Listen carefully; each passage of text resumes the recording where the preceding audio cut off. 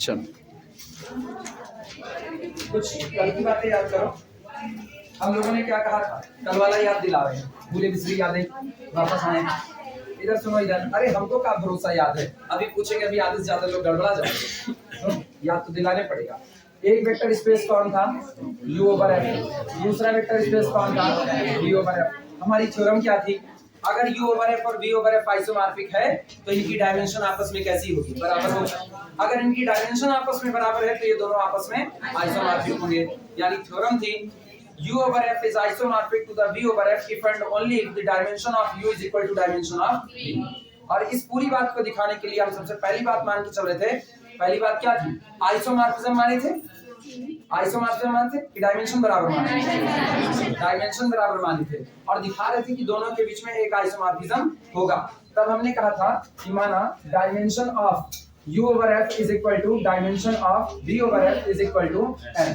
इसका हमने एक बेसिस माना था alpha 1 alpha 2 up to so on alpha n। ये बेसिस था u ओवर f का। v ओवर f का बेसिस माना था beta 1 beta 2 up to so on कितना बीटा n। ये इसका बेसिस माना था। और बाद में हम लोगों ने एक मैपिंग को डिफाइन किया था। हमने कहा था कि चलो एक मैपिंग डिफाइन करते हैं, अगर alpha belong to the u over f है then alpha can be written as the linear combination of these. यानी हमने लिखा था alpha is equal to a1 alpha 1 plus a2 alpha 2 plus इस तरीके से चलते हुए प्लस an अल्फा n। और जो मैपिंग डिफाइन किए थे वो मैपिंग थी f of alpha is equal to a1 beta 1, क्योंकि अब जो इमेज आएगी वो किस में जाएगी, v ओवर f में, तो वो बीटा का लीनियर कॉम्बिनेशन होगी, beta 1 plus a2 beta 2 plus up to so on plus an beta n। ये मैपिंग हमने डिफाइन की थी। फिर हमने कहा था कि चूंकि a1 a2 a3 an ये कैसे एलिमेंट है, यूनिक एलिमेंट है, क्योंकि किसी भी वेक्टर को बेसिस एलिमेंट के लीनियर कॉम्बिनेशन में लिखने का केवल कितना तरीका होता है, एक तरीका। तो आपके जितने कोफिशिएंट लगे हुए हैं वो सब के सब कैसे होंगे, यूनिक। आप दूसरा कोफिशिएंट नहीं चुन सकते हो, लिखने का तरीका केवल कितना रहेगा, एक। और चूंकि तरीके ऊपर एक है तो इसका मतलब वही कोफिशिएंट a1 a2 an यहाँ भी है, वो कैसे होंगे, यूनिक। यानी आपके द्वारा डिफाइन की गई मैपिंग कैसी होगी, वेल डिफाइंड। एक बात हुई थी। फिर हमने 1 1 कहा था कि मैपिंग 1 1 होगी। 1 1 के लिए हमने कहा कि अगर आप इक्वल इमेजेस लेकर के चलते हो और आपको एलिमेंट भी सेम मिलते हैं, equal images give equal element, तो आपकी मैपिंग कैसी होगी, 1 1 होगी। ये दो बातें दिखा चुके थे। अब बारी है किसकी, आंटो की और लीनियर ट्रांसफॉर्मेशन यानी होमोमॉर्फिज्म कहते हैं। चलो आंटो डिफाइन करते हैं। हाँ ये हटा रहे हैं, ये हटा रहे हैं, जान रहे ये भारी भरकम काम है, ये मेरे आगे राक्षस बन के खड़ा है।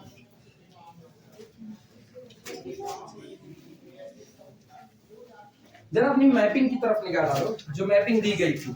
मैपिंग थी, लिखना मत कुछ, अभी केवल देखते रहो। मैपिंग थी f of alpha is equal to a1 beta 1 plus a2 beta 2 plus up to so on plus an beta n। ठीक। और अल्फा को हमने क्या लिखा था, alpha is equal to a1 alpha 1 plus a2 alpha 2 plus up to so on plus an alpha.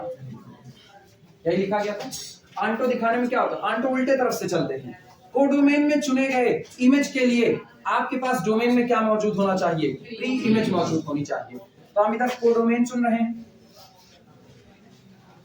और इधर मेरे पास कौन है, डोमेन है।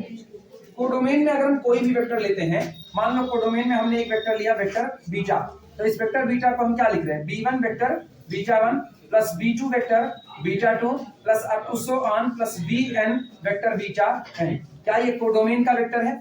और मुझको पता है जिस तरह से हमने मैपिंग डिफाइन की है, सोचो अपनी मैपिंग को डिफाइन करने में constant factor same to same बचाए थे कि नहीं आए थे। तो इसका मतलब जब आप यहाँ पर b1 beta 1 b2 beta 2 bn beta n चुन रहे हो तो आपके हाथ में n कोफिशिएंट आ रहे हैं। कौन कौन से, b1 b2 b3 और कौन bn कोफिशिएंट आए कि नहीं। और सोचो अगर ये कोफिशिएंट आपके पास आए तो दोनों के लिए फील्ड सेम है कि नहीं है, दोनों की फील्ड सेम है। यानी तय बात है आप इन कोफिशिएंट का इस्तेमाल करके और बेसिस का इस्तेमाल करके अल्फा 1 अल्फा 2 अल्फा n इसका बेसिस है, आगे लगाओ b1 alpha 1 plus b2 alpha 2 plus bn alpha n। क्या एक वेक्टर आप u ओवर f में बना सकते हो कि नहीं बना सकते हो, हमेशा बनेगा, कभी इस बात से इनकार तो होगा नहीं। सोचो अगर आप उधर एक भी वेक्टर बनाने के लिए कोई भी कोफिशिएंट इस्तेमाल करते हो, उसी कोफिशिएंट का इस्तेमाल करके और इधर अल्फा का इस्तेमाल करके आप इधर भी एक वेक्टर बना पा रहे हो कि नहीं बना पा रहे हो। इसका मतलब, और मैपिंग जैसे डिफाइंड है, मैपिंग सिर्फ बचा करके ऊपर से नीचे, नीचे से ऊपर जा रही है। इसका मतलब इधर चुने गए हर वेक्टर के लिए आपको इधर एक फ्री इमेज इस तरीके से मौजूद हो जाएगी कि नहीं। सोचो उधर चुने गए हर वेक्टर के लिए अगर आपके पास फ्री इमेज आ रही है तो आपका ट्रांसफॉर्मेशन कैसा होगा, ऑन्टो। कोई इस बात से इनकार कर पाएगा? कोई भी चुन लो इधर और बदल दे रहे हैं। अब की बात चलो इधर ले लिया C1 beta 1 plus C2 beta 2 plus up to so on plus Cn beta n। बोलो क्या ये बीटास का लीनियर कॉम्बिनेशन है कि नहीं? और बीटा के लीनियर कॉम्बिनेशन, बीटा किसका बेसिस है? Beta 1 beta 2 beta 3 beta n किसका बेसिस है? V ओवर f का, वो उसका बेसिस है। आपने बेसिस से एलिमेंट का लीनियर कॉम्बिनेशन किया, जो बनेगा वो किसका होगा? बोलो V ओवर f का होगा। अब ये बताओ जब आपने इसको तैयार किया आपके पास तुरंत टोटल कितने कोफिशिएंट आए? n coefficient. कौन कौन से? C1 C2 so on Cn। Field के एलिमेंट है कि नहीं है? फील्ड के एलिमेंट है तो यहाँ उठाओ, ये बताओ एक्सटर्नल कंपोजिशन की वजह से C1 अल्फा 1 किसका होगा? U ओवर f का होगा कि नहीं होगा? अरे शांत हो गए एकदम से, जैसे सांप सूंघ गया। पुरानी बातें याद रखो, alpha 1 alpha 2 alpha 3 alpha n किसका बेसिस है? और बेसिस एलिमेंट किसके हुए? U ओवर f के हुए। निश्चित तौर पर हर अल्फा 1 किसका है? U ओवर f का। अल्फा 2 किसका है? U ओवर f का। अल्फा n किसका है? U ओवर f का। Due to external composition C1 alpha 1 किसका होगा? C2 अल्फा 2 किसका होगा? In general Cn alpha n किसका होगा? तो इनका लीनियर कॉम्बिनेशन किसका होगा? और इसका लीनियर कॉम्बिनेशन बनेगा C1 alpha 1 plus C2 alpha 2 plus so on plus Cn alpha n। हाँ या ना? यही होगा। अब ये बताओ अगर तुम इस पर इमेज ऑपरेट कराते हो, मैपिंग ऑपरेट कराते हो, f of C1 alpha 1 C2 alpha 2 Cn alpha n, जैसे मैपिंग डिफाइन करके गए हो क्या मिलेगा? C1 beta 1 plus C2 beta 2 plus Cn beta n मिला कि नहीं? क्या हमने पहले इसको बनाया कि पहले इसको बनाया? पहले ये बनाया। फिर अगला सुनो, अगला हम लेते हैं इसी तरीके से D1 beta 1 plus D2 beta 2 plus up to so on plus Dn beta n। बोलो किसका एलिमेंट होगा ये? V ओवर f का। कोडोमेन का मेंबर है। कोडोमेन के इस मेंबर को बनाने के लिए आपने कुल कितने कांस्टेंट का इस्तेमाल किया? n। D1 D2 D3 so on Dn। लेकिन दोनों वेक्टर स्पेस में फील्ड तो सेम है ना, तो इसका मतलब इन्हीं कांस्टेंट का इस्तेमाल करके जरा अल्फा पर ऑपरेट कराओ। बोलो D1 अल्फा 1 किसका मेंबर होगा? डोमेन का। प्लस D2 अल्फा 2 किसका होगा? Plus so on plus Dn alpha n। ये डोमेन का, ये डोमेन का, ये डोमेन का, due to linear closure property, closure property से ये पूरा सम भी किसका होगा? U ओवर f का होगा। अब जरा इस पर अपनी मैपिंग को डिफाइन करो। f image of D1 alpha 1 plus D2 alpha 2 plus up to so on plus Dn alpha n। जैसा हमने मैपिंग डिफाइन किया है उसी हिसाब से कुछ और नहीं आएगा, कोफिशिएंट बचेंगे। D1 बीटा 1 आएगा प्लस D2 बीटा 2 आएगा plus up to so on plus Dn beta n आएगा। सोचो इधर पहले बनाया उसके लिए इधर एक प्री इमेज मिल गई कि नहीं? हर बार जब हम कोडोमेन का एक मेंबर चुन रहे हैं तो कोडोमेन के एक मेंबर के लिए मुझको इधर डोमेन में एक प्री इमेज आ रही है कि नहीं आ रही? यही तो आंटो होता है। आंटो का मतलब आच्छादक पूरी तरह से ढका हुआ है। आप कोडोमेन का कोई भी मेंबर चुन रहे हो वो तुरंत कह रहा है हमको चुने तो मेरे लिए प्री इमेज सामने नजर आ रही है, हमको ले रहे हो तो मेरे लिए प्री इमेज सामने नजर आ रही है। ऐसा इसलिए हो रहा है ना क्योंकि ऐसा हमने मैपिंग को डिफाइन किया। तो इसका मतलब मेरी मैपिंग आंटो है, आपकी मैपिंग वेल डिफाइंड है। तुम ये नहीं इनकार कर सकते सर ये तो आप जबरदस्ती डिफाइन किए हो। नहीं, हाँ तो और होता क्या है? दोनों वेक्टर स्पेस के बीच में एक तो नहीं लाखों करोड़ों मैपिंग हो सकती है। हमने एक अपने मर्जी से डिफाइन कर दिया। अगर मेरी मर्जी के द्वारा डिफाइंड हुई मैपिंग वेल डिफाइंड है तो क्या हम उससे इनकार कर पाएंगे? इनकार तो तब करोगे ना जब चीजें वेल डिफाइंड नहीं हुई। तुम मेरे पास आओ गणित पढ़ने के लिए और हम तुमको बायो पढ़ा रहे हैं तो इनकार कर सकते हो पढ़ने के लिए। कह दोगे कहो कि नहीं आप तो बायो पढ़ा रहे हैं, हम तो मैथ पढ़ने आए थे, वेल डिफाइंड नहीं हो, इनकार हो गया।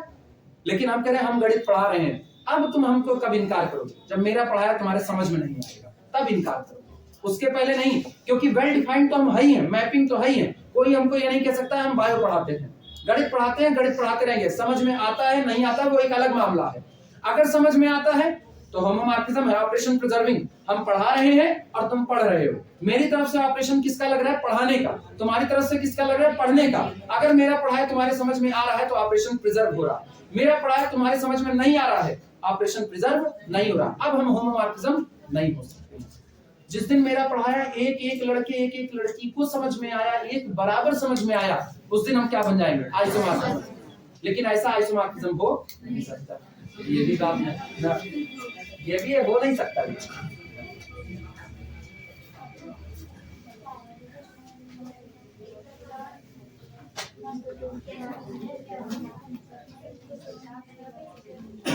चलो कुल मिला के आंटो समझ में आया सबको? कोई ऐसा जिसको ना समझ में आया हो? आइसोमॉर्फिज्म बनने की कोशिश की जा सकती है। चलो लिखना, हेडिंग डाल देना, F is onto, F is onto, heading डाल दो।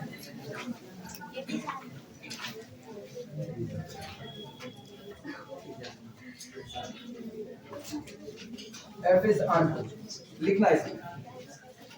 If a1 vector beta 1 plus a2 vector beta 2 plus so on plus an vector beta n, ठीक, is any element of capital B। अगर a1 beta 1 plus a2 vector beta 2 plus an vector beta n अपने दिए गए दूसरे जो codomain है उस codomain का कोई भी मेंबर है, तो ऐसे केस में there exist, then there exist तब यहीं पर मौजूद करता है another vector a1 alpha 1 plus a2 alpha 2 plus up to so on plus an alpha n, और ये किसमें मौजूद है? Belong to the u over m, such that, और ये इस प्रकार है, इसी वेक्टर की इमेज कौन है? ऊपर वाला vector, such that f image of a1 alpha 1 plus a2 alpha 2 plus up to so on plus an alpha n is equal to a1 beta 1 plus a2 beta 2 plus up to so on plus an beta n। क्या a1 vector beta 1, a2 vector beta 2, an vector beta n कोई particular member लिया गया है? वो general member है, आप जो मर्जी वो कोएफिशिएंट लगा दो। इसका मतलब दूसरी तरफ कोडोमेन में चुने गए हर वेक्टर के लिए आपको इधर एक वेक्टर जरूर मिलेगा, दैट्स कॉल्ड द आंटो। यानी दिस इंप्लाइज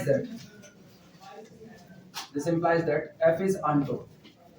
जो मैपिंग आपने डिफाइन की वो आंटो हो चुकी है, दो पार हो चुके हैं, दो स्टेज पार हुआ, पहला 1 1 कह दिया, दूसरा आंटो, तीसरा होमोमॉर्फिज्म और कहना है, वही और कह ले जाए तो मेरी मैपिंग क्या हो जाएगी? आइसोमॉर्फिज्म। सोचो हम डायमेंशन बराबर मान करके चले, हम दोनों को क्या कहने चल रहे हैं? आइसोमॉर्फिज्म। एक तरफा बात हो गई, फिर दूसरी तरफा क्या मानेंगे? माना आइसोमॉर्फिज्म है, और आइसोमॉर्फिज्म है तो हम लोग क्या कहने वाले हैं?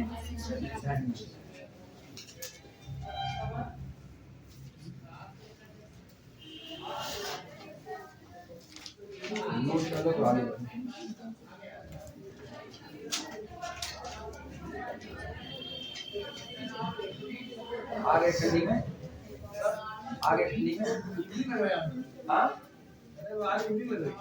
उधर क्या हाल है? इधर बहुत बढ़िया कोहरा।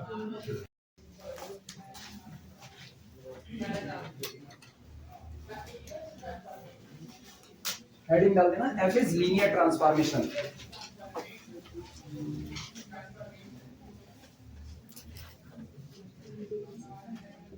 ऐसे एलटी लिख देना और समझते ना एलटी का मतलब क्या? Linear transformation. भाई होमोमॉर्फिज्म और कुछ नहीं है, होमोमॉर्फिज्म ही आपका लीनियर ट्रांसफॉर्मेशन है। कहां? लीनियर अलजेब्रा की दुनिया में, और नहीं, और मत बोलना, बाद में और पढ़ेंगे तो और के लिए बोला जाएगा। जान ही रहे हो क्या दिखाना है? याद है क्या दिखाना है? f of a alpha plus b beta is equal to a f of alpha plus b f of beta, यही शो करना है। ठीक, तो पहले सबसे पहला काम ना अल्फा और बीटा को माना जाए, लेकिन हमको पता है, ये बताओ अल्फा और बीटा किसके मेंबर? अल्फा बीटा किसके मेंबर? यू के और केवल यू के। अरे डोमेन का मेंबर ले रहे हो महाराज, डोमेन का। a alpha plus b beta इसकी इमेज बन रही है, तो जिसकी इमेज बनती है वो मेंबर किसका होता है? डोमेन का। वो जो इमेज नजर आ रही है वो किसका होती है? वो डोमेन का। तो अल्फा किसका? u ओवर f का। बीटा किसका? u ओवर f का। और ये a और b किसके? क्लियर हुआ? अब सुनना ध्यान से, अल्फा जो है वो u ओवर f का है। It means alpha can be written as the linear combination of alpha 1 alpha 2 alpha 3 alpha n। Beta भी किसका है? u ओवर f का। It means beta also can be written as the linear combination of alpha 1 alpha 2 alpha 3 alpha n। Clear है? चलो confuse मत होना, उधर basis beta में माने हो बीटा 1 बीटा 2। बीटा आप किसका मान रहे हो? अरे तुमको बहुत दिक्कत लगे अल्फा 1 अल्फा 2 मान लेना, वैसे दिक्कत होनी नहीं चाहिए, इतने समझदार है ये। और अब तुम लोग खुद हंसते हो 2000 मेरे पे, इसका मतलब तुमको खुद ही शक है अपनी समझदारी पे। और a comma b belong to the field f and vector alpha comma vector beta belong to the u over f. For a comma b belong to the f and vector alpha comma vector beta belong to the u over f. सुनो, पहले हम alpha और beta लिख दे रहे हैं, ध्यान देना। थोड़ी देर तुम लोग कुछ ना लिखो, मेरे साथ बने रहो। वापस आओ इधर। Vector alpha can be written as a1 into alpha 1 plus a2 into alpha 2 plus up to so on plus an into alpha। सहमत हो इस बात से? Vector beta is equal to b1 into alpha 1 plus b2 into alpha 2 plus up to so on plus bn into alpha n। लिखना मत, मेरे साथ बने रहो। ये तो तैयार हुआ अल्फा और कौन? बीटा। अगला काम क्या तैयार करना है? a alpha plus b beta, इन्हें तैयार करना है। तो बताओ यहां से This implies that a alpha plus b beta, ये कौन होगा? पूरे में a से मल्टीप्लाई और यहाँ पर पूरे में b से मल्टीप्लाई। तो बोलना a1 अल्फा 1 और b1 अल्फा 1। अल्फा 1 को कॉमन करें, क्या आएगा? a1 प्लस b1 और बाहर कौन रहा? अल्फा 1 प्लस अगला बोलना a2 प्लस b2 और यहाँ कौन? अल्फा 2। और इस तरीके से चलते हुए प्लस an प्लस bn और बाहर कौन? अल्फा। क्या a क्या 51 में है? अरे बहुत सही बच्चे, आपको पढ़िए। अच्छा, इतना निकल गया।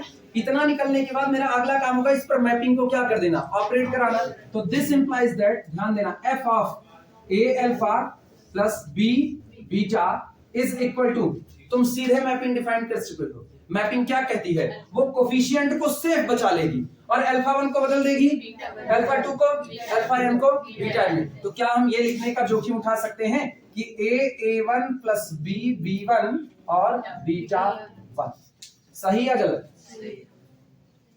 सहमत हो ना? सहमत हो हम पूरे पर मैपिंग ऑपरेट कराएं? कहीं कभी जुबान बोलते उल्लू हो तुम लोग। हम एक लोगों के लिए थोड़ी पढ़ा रहे हैं।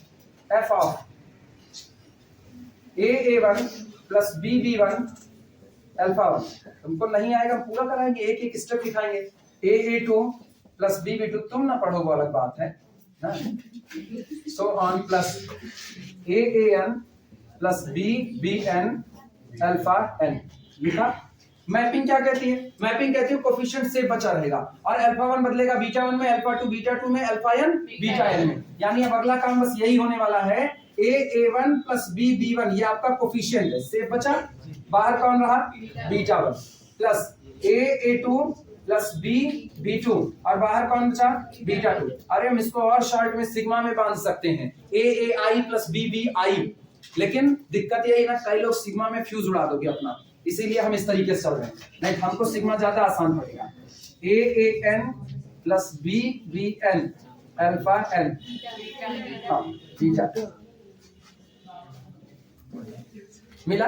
अब जरा एक चीज गौर करो, अपने को लाना क्या? a f of alpha plus b f of beta, ये लाना है, दिमाग चलाना।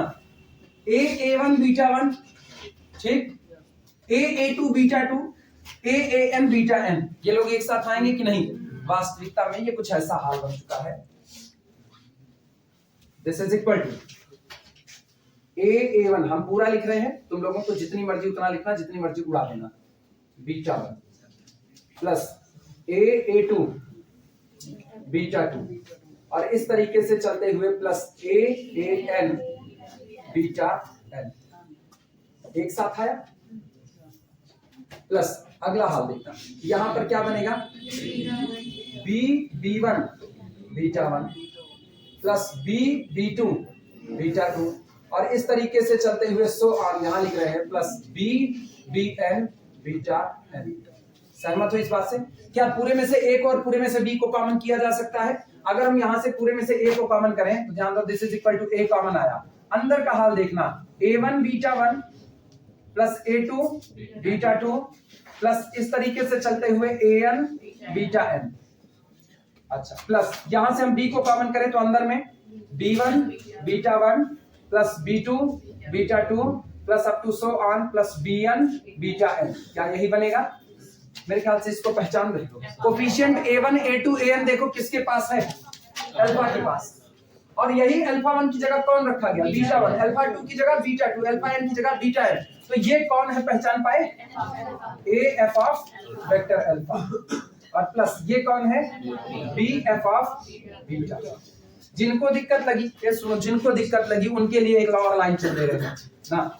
दिस इज इक्वल टू, ये लिखा है A f of A1 alpha 1 plus A2 alpha 2 plus up to so on plus AN alpha n plus B f of B1 alpha 1 plus B2 alpha 2 plus up to so on plus BN alpha n। मेरे ख्याल से अब तो पहचान रखे A f of alpha plus B f of beta.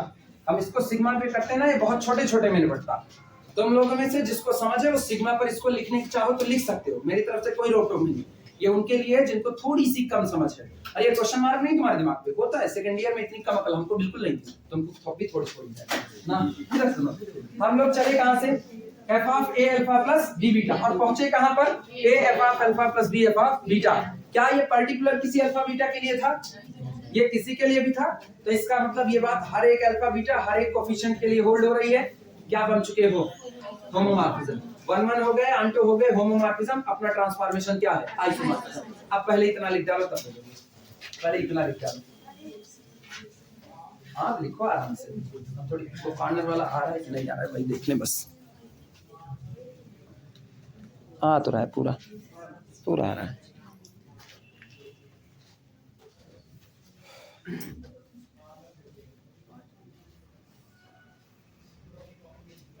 जिनको short लिखने की आदत होगी वो लोग सिग्मा बांध देंगे। इतना तो जान ही रहे हो, ए और बी नहीं बदल रहे। ए बी अपनी जगह बरकरार है। A1 A2 A3 B1 B2 B3, तो वहां AI BI लगा देना है। हमको करना होगा तो हम सिग्मा में करते हैं पर्सनली। अपने बीएससी टाइम में सिग्मा में किए थे ना, याद रखिए। अपने लोग इसको सिग्मा में इतना लंबा कौन लिखता था। अब तुम लोग ये ना कहना हम भी सिग्मा में लिखेंगे।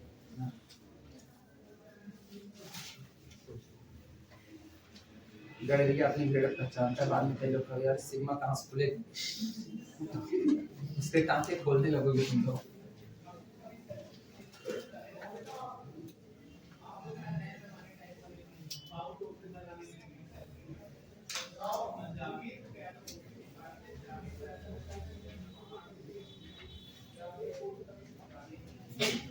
वीडियो रोकिए, सारे लोग तो यहीं पे हो, जो देखेगा वीडियो रोक के काम कर लेगा। लिखना here f is homomorphism by linear transformation। here f is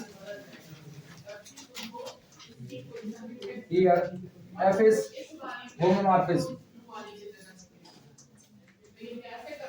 f is homomorphism। ठीक, सोचो एक मैपिंग आपने ली, उसको आपने 1 1 कह दिया, आंटो कह दिया, होमोमॉर्फिज्म कह दिया। तीनों बातें उसको मिलके क्या कही? आइसोमॉर्फिज्म कह दी। इसका मतलब हम लिख सकते हैं दिस इंप्लाइज दैट, इसका मतलब हुआ f इज आइसोमॉर्फिज्म,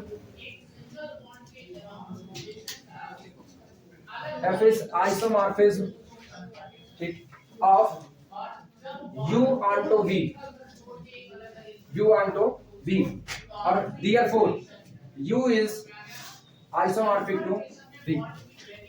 डायमेंशन बराबर मान लिए और डायमेंशन बराबर मान करके दोनों को आइसोमॉर्फिक दिखा दिया। अब उल्टा चलेंगे, उल्टे में क्या कहेंगे? माना u और v दोनों एक दूसरे के कैसे हैं? आइसोमॉर्फिक। अब तब हम साबित करेंगे कि दोनों की डायमेंशन भी कैसी होगी? एक बराबर। अब पूरे कन्वर्स पार्ट को दिखाने में हम केवल एक बात मान करके चलेंगे कि अगर ये आइसोमॉर्फिज्म है तो बेसिस की इमेज को किस पर पटकेगा? बेसिस पर। सोचो अगर हम u ओवर f जो आपका पहला वेक्टर स्पेस है, अगर हम इसका बेसिस माने alpha 1 alpha 2 alpha 3 alpha n, तो बोलो अल्फा 1 की इमेज क्या है? नहीं, अब नया ये पार्ट, वो पुराना छोड़ दो, भूल जाओ उसको। अल्फा 1 की इमेज क्या लिखी जाएगी? f of alpha 1। अल्फा 2 की image f of alpha 2। Alpha n की image f of alpha n। Alpha 1 alpha 2 alpha 3 alpha n basis है कितने एलिमेंट हैं n, तो u की डायमेंशन कितनी है n। आप साबित कर दो f of alpha 1 f of alpha 2 f of alpha 3 f of alpha n, क्या वेक्टर हुए n वेक्टर। आप साबित करो ये बेसिस बनाएगा किसके लिए v ओवर f के लिए, तो बोलो क्या एलिमेंट लिखे गए n, तो इसकी भी डायमेंशन कितनी होगी n। यानी कन्वर्स पार्ट में भी यही मान करके चल रहे हैं कि बेसिस की इमेज किस पर मैप हो रही है, बेसिस पर मैप। क्लियर हुआ, चलो शुरुआत। बस यहाँ साफ सुथरा लिख रहे हैं, पिछले वाले में नहीं लिखे थे कि अल्फा 1 की इमेज बीटा 1 है, अल्फा 2 की बीटा 2, लिखे नहीं थे कहीं पर, हाइपोथेटिकली अजम्पशंस था लिखना। Sufficient part S part,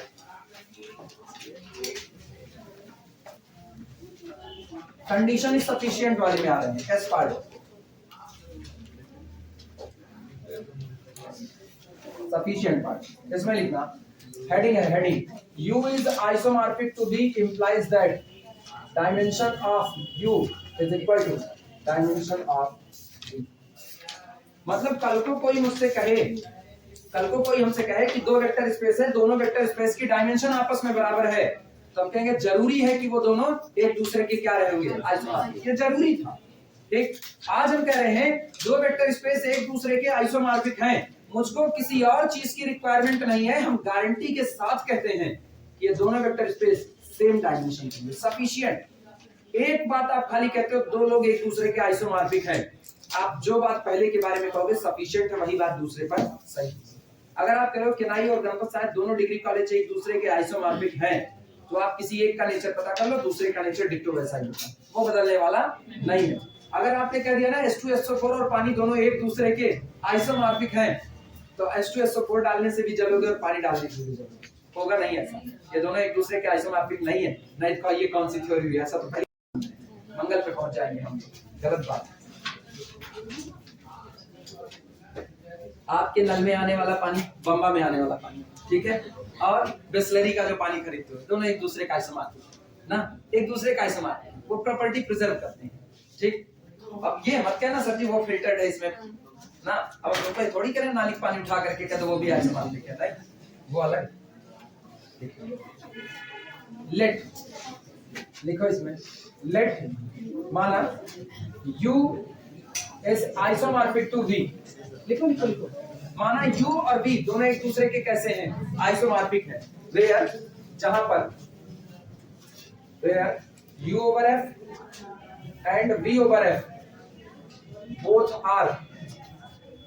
both are finite dimensional vector spaces, both are finite dimensional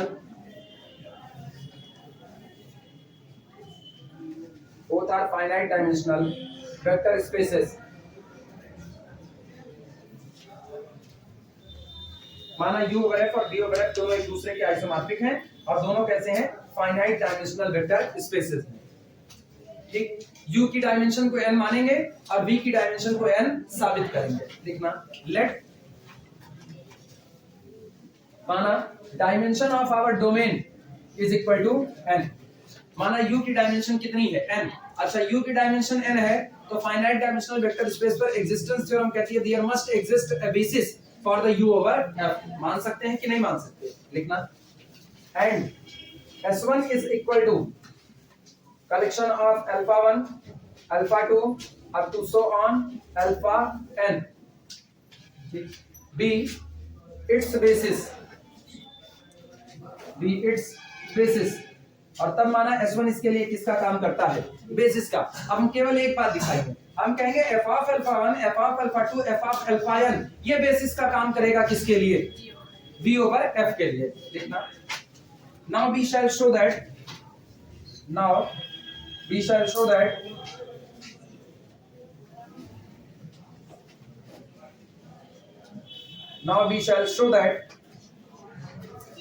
set S2 is equal to, जो कि कलेक्शन है image of alpha 1 image of alpha 2 up to so on image of alpha n is a basis of v over f। अब हम ये दिखाएंगे कि जो ये बेसिस एलिमेंट की इमेज का कलेक्शन आया है, अल्फा 1 बेसिस एलिमेंट था, अल्फा 1 कौन था? बेसिस एलिमेंट, उसकी इमेज कौन आई? F of alpha. अल्फा 2 कौन था? बेसिस एलिमेंट, इमेज क्या आई? F of alpha 2। Alpha n कौन था? बेसिस एलिमेंट, उसकी भी इमेज क्या आई? F of alpha n। तो हमने इमेज का कलेक्शन कर लिया और अब हम केवल एक बात साबित करेंगे कि जो इमेज का कलेक्शन निकल करके आया है ये मेरे कोडोमेन v ओवर f के लिए किसका काम करेगा? बेसिस का काम करेगा। और अगर हम ये बात साबित कर ले जाते हैं तो बेसिस में एलिमेंट की संख्या ही आपकी क्या बनती है? डायमेंशन। कितने एलिमेंट है? डायमेंशन कितनी होगी? n। और यही उनको दिखाना है कि दोनों डायमेंशन बराबर है। अब सोचो इसको बेसिस दिखाना है, दिमाग से सोचो, इसको बेसिस दिखाना है, क्या क्या बात दिखानी पड़ेगी? ये li सेट होगा क्योंकि बेसिस पे li होना चाहिए and these n vector can generate every member of the v over f। ये लोग v ओवर f के किसी भी वेक्टर को अकेले जनरेट करने का दमखम रखते हैं। ये इतना दो बातें चले, नोट कर लो तो मिटाए। li से शुरुआत करेंगे, सबका हो गया।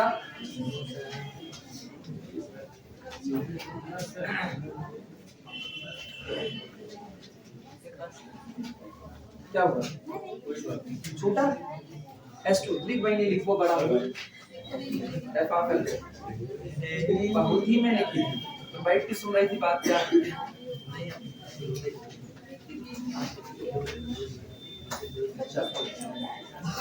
हेडिंग डालो, S2 is alive। Heading S2 is alive। S2 is linearly independent। जान ही रहे हो li का मतलब दिए गए f of alpha 1, f of alpha 2, f of alpha n से जीरो वेक्टर को बनाने का क्या तरीका? एक तरीका।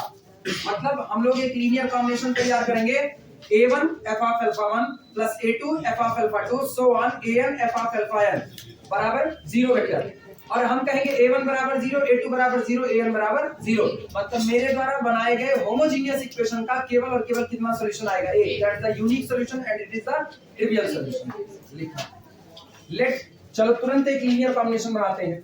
Late a1 f of alpha 1 plus a2 f of alpha 2 plus up to so on plus an f of alpha n बराबर क्या लिखें? Zero dash. अरे आप किसके एलिमेंट जोड़ रहे हो ये ध्यान दो, किसके एलिमेंट जोड़ रहे हो? डोमेन के कि कोडोमेन? कोडोमेन के। और कोडोमेन में हमने शुरू में आइडेंटिटी किसको माना था? जीरो डैश को माना था। ये अंतर याद रखना। ये बताओ f को तुमने क्या कहा है? f is the isomorphism from u over f to v over f। अच्छा, अगर वो आइसोमॉर्फिज्म है तो होमोमॉर्फिज्म होगा, और होमोमॉर्फिज्म है तो होमोमॉर्फिज्म कहता है, अब इसके बाद हम ये लिख सकते हैं, this implies that f of a1 alpha 1 plus a2 alpha 2 plus up to so on plus an alpha n is equal to zero dash. सही है? सही। Since f is homomorphism. ये याद रखना, हर वो चीज जो आइसोमॉर्फिज्म है वो होमोमॉर्फिज्म होगी, और हर वो चीज जो होमोमॉर्फिज्म, चीज मतलब फंक्शन, हर वो फंक्शन जो होमोमॉर्फिज्म है वो आइसोमॉर्फिज्म है, ये कोई जरूरी नहीं। जनरलाइजेशन कौन है? Generalisation homomorphism. पार्टिकुलराइजेशन कौन है? आइसोमॉर्फिज्म। एक होमोमॉर्फिज्म अपने ऊपर दो और कंडीशन सफर करता है, वर्णन की और आंटो की, फिर वो क्या बनता है? आइसोमॉर्फिज्म। तो पर्टिकुलर केस हुआ। याद करो, आइसोमॉर्फिज्म और होमोमॉर्फिज्म, चलो होमो कहते हैं। होमोमॉर्फिज्म की एक खास बिहेवियर होता है, जीरो वेक्टर की इमेज को कहां भेजता है? Zero dash. इसका मतलब हम लोग इसको क्या लिख सकते हैं? This implies that f of a1 alpha 1 plus a2 alpha 2 plus up to so on plus an alpha n is equal to f of zero vector. Zero dash नहीं, अब f ऑफ जीरो। क्लियर हुआ? अब ये अंदर वाला zero किसका है? Domain का। ठीक। अच्छा, एक और बात याद करो, f को आपने क्या कहा है? आइसोमॉर्फिज्म कहा है। अगर f आइसोमॉर्फिज्म है तो 1 1 होगा, 1 1 होगा तो equal images give equal element. बोलो इमेज बराबर है कि नहीं? तो ये दोनों एलिमेंट भी क्या होंगे? बराबर होंगे। यानी this implies that a1 alpha, लिखना मतलब थोड़ी देर मेरे साथ बने रहो, a2 alpha 2 plus up to so on plus an alpha n is equal to कितना? जीरो। क्यों? Since f is isomorphism. जहां जिसकी जरूरत, यहाँ होमो से काम चल जाता, होमो कह दिया, यहाँ आइसो से काम चलेगा, तो क्या कहे? Isomorphism. This implies that f is लिख सकते हैं। फिर गौर करना। अच्छा ये बताओ, अल्फा 1 अल्फा 2 अल्फा n तो बेसिस एलिमेंट थे, और किसका बेसिस था? u ओवर f का। बेसिस एलिमेंट से जीरो वेक्टर को बनाने का क्या तरीका? a1 बराबर a2 बराबर an बराबर कितना? 0। But all alphas are basis elements of u over f. This implies that a1 बराबर a2 बराबर so on बराबर an बराबर कितना? 0। ये बताओ सारी कोफिशिएंट 0। जरा इसको इक्वेशन नंबर अगर हम 1 कहें तो ये बताओ इक्वेशन नंबर 1 का आपको कितना सॉल्यूशन मिला? 1। और वो भी कितना मिला? ट्रिवियल। तो f of alpha 1 f of alpha 2 f of alpha n एक दूसरे से कैसे हो गए?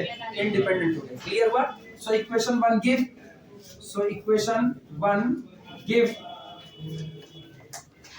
f of alpha 1 f of alpha 2 so on f of alpha n, ठीक, is li set।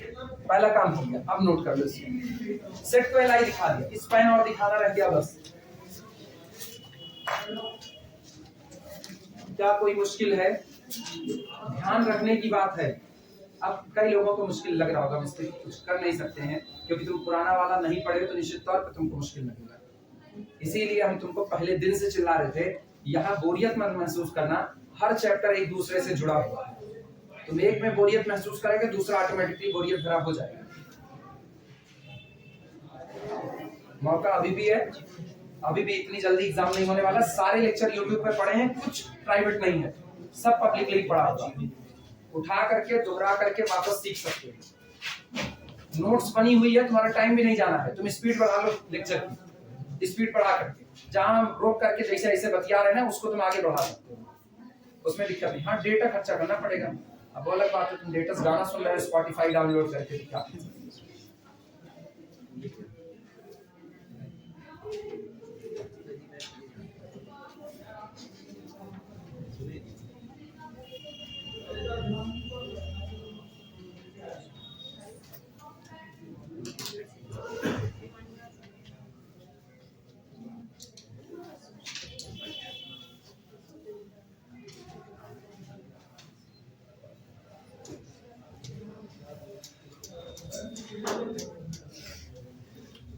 Most important theorem है एग्जाम के पर्पस, इसलिए बिल्कुल हाँ दे देगा। इसे लिख देना, एक को नंबर कटेगा नहीं, मिल जाएगा पूरा पूरा मिलेगा, परेशान मत।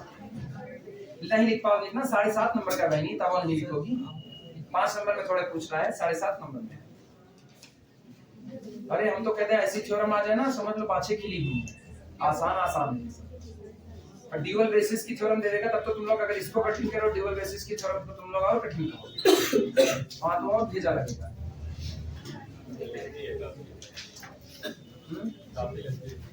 ड्यूअल बेसिस वाला ये इससे लंबा ड्यूअल बेसिस का होगा। ऐसे मत करो ना दिव्या, या ऐसे करने से काम नहीं चलेगा। ये बड़ी जरूरी चीजें हैं, इसकी समझ ही तो। अरे ये मान के चलो ना, गणित फैली हुई है हर जगह। लीनियर अलजेब्रा वो ब्रांच है ना जो केमिस्ट्री भी डील करती है, आगे चल के फिजिक्स भी डील करती है। इसके बगैर काम नहीं चलेगा। तुमको लीनियर अलजेब्रा नहीं आता, तुम सोच रहे हो फिजिक्स में बहुत ज्यादा दूर तक दौड़ोगे, थोड़ी पॉसिबल। केमिकल इक्विलिब्रियम बैलेंस करने तक में लीनियर अलजेब्रा का इस्तेमाल हो जाता है। हो गया हो तो बताना। हो गया। दूसरा काम क्या होगा? दूसरा काम बोलो।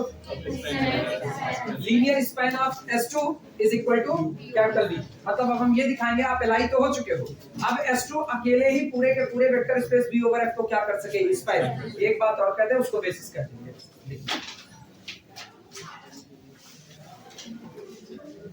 टाइम हमको बता देना कितना हुआ? कितना? 9-10। अरे बस हो जाएगा।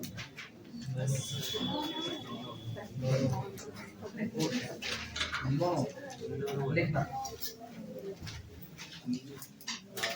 Linear span of S2 is equal to V। Second है,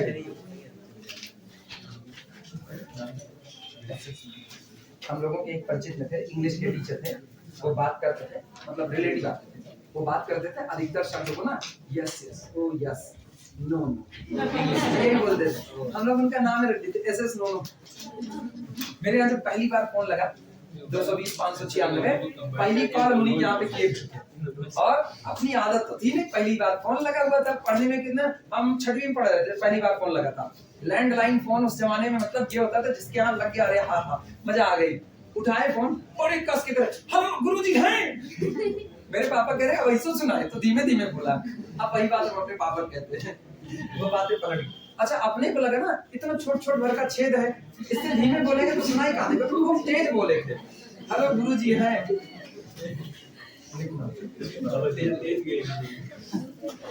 लेकिन उनके यहाँ पहले से लगा था, उनके यहाँ सोचे अच्छा उस समय ना बड़ा उल्टा भी था, थोड़ा सा काम भी उल्टा था, बेइज्जती भी ज्यादा अच्छे से हुई।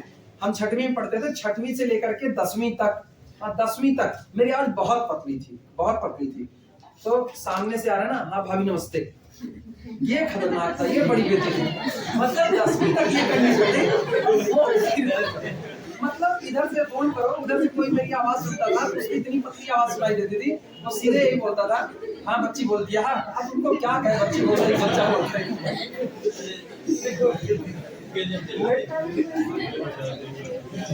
बीटा देखो इस पेन दिखाने चाहते हैं, बीटा मान लिया किससे, बी से। आप सुनो इधर आओ तुम लोग, तो बीटा किसका लिया, बी का। अब अगर हम केवल एक बात साबित कर दे, this beta can be written as the linear combination of f of alpha 1 f of alpha 2 f of alpha n। तो बीटा आर्बिट्री मेंबर उठाए हो ना, इसका मतलब कल को बीटा आप कुछ भी उठाओगे, आप उसको f of alpha 1 से f of alpha n तक के लीनियर कॉम्बिनेशन में लिख सकते हो। केवल इसके लिए दिखा दो, सबके लिए बात मान ली जाएगी। क्लियर, चलो लिखते हैं। माना बीटा बिलोंग टू द किससे, बी से। दिस इंप्लाइज दैट, इसका मतलब अच्छा तुमने u और v को क्या माना हुआ है, u और v को एक दूसरे के आइसोमॉर्फिक माना हुआ है। याद करो u and v both are isomorphic to each other, यही माने हो। आइसोमॉर्फिक है तो इसका मतलब दोनों के बीच में जो मैपिंग है वो कैसी है, आंटो। आंटो है तो इसका मतलब इधर चुने गए बीटा के लिए u में कोई ना कोई एक अल्फा मौजूद होगा, जिस अल्फा की इमेज कौन होगा, बीटा, या उल्टी भाषा में कहें बीटा की प्री इमेज कौन होगा, अल्फा होगा। लिखा जा सकता है, लिखना इस बात को। This implies that there exist alpha, this implies that there exists alpha belong to the domain U such that, और ये इस प्रकार होगा कि हम लिख सकते हैं f image of alpha is equal to कितना, बीटा। लेकिन अल्फा किसका मेंबर, लिखते रहो बोलते रहो, अल्फा किसका मेंबर, डोमेन का। डोमेन का बेसिस कौन, अल्फा 1 से लेकर के अल्फा n।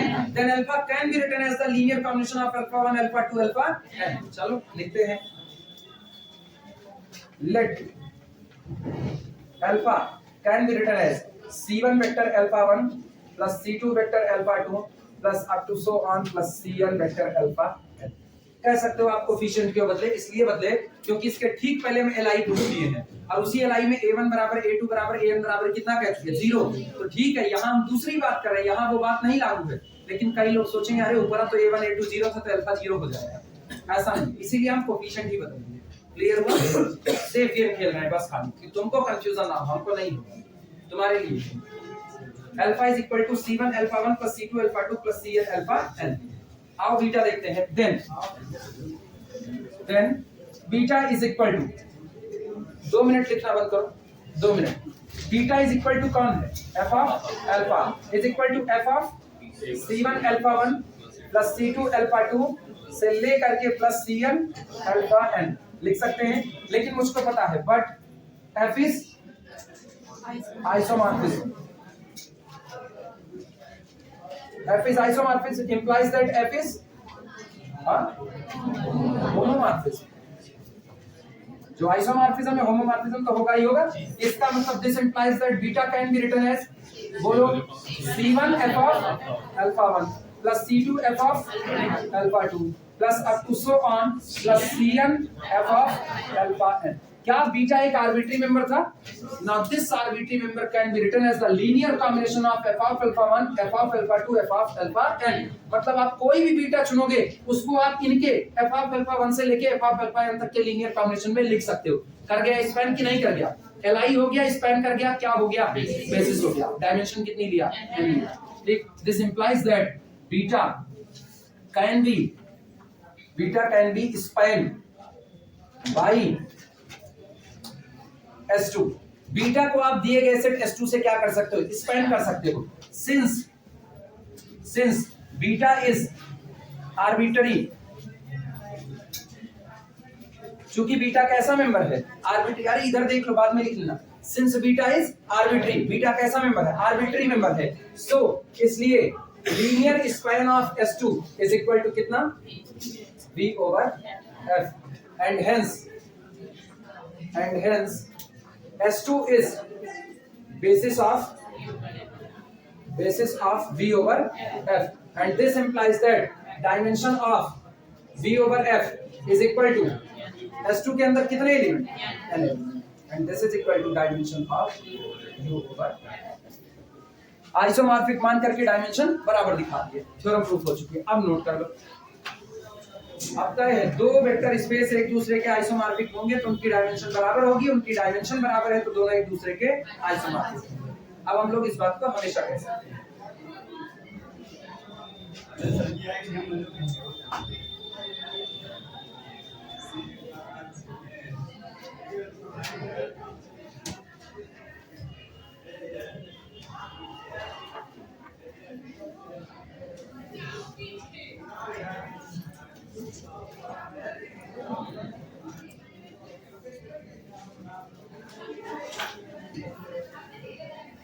फर्स्ट ईयर में बैठ के क्या है, घूम करके पैर का छोड़ा छुड़वा लो। अभी पढ़ाएंगे तो देर तक पढ़ाएंगे, तब भी क्या अभी रात है, इनका एग्जाम जाएगा, खत्म करेंगे 16 तक, खत्म कर देंगे 16 बाद तुम लोगों का करेंगे, 16 तक इनको विदा कर देंगे, चाहे इनका एग्जाम हो चाहे ना। एक आध टॉपिक बचा रहेगा, एग्जाम डाला रहेगा तो खींचेंगे।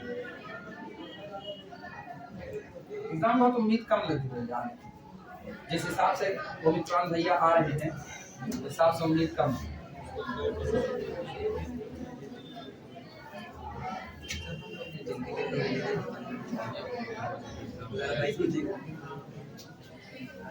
नोट कर लो, इसके बाद ना बाकी बातें अगले लेक्चर में होंगी।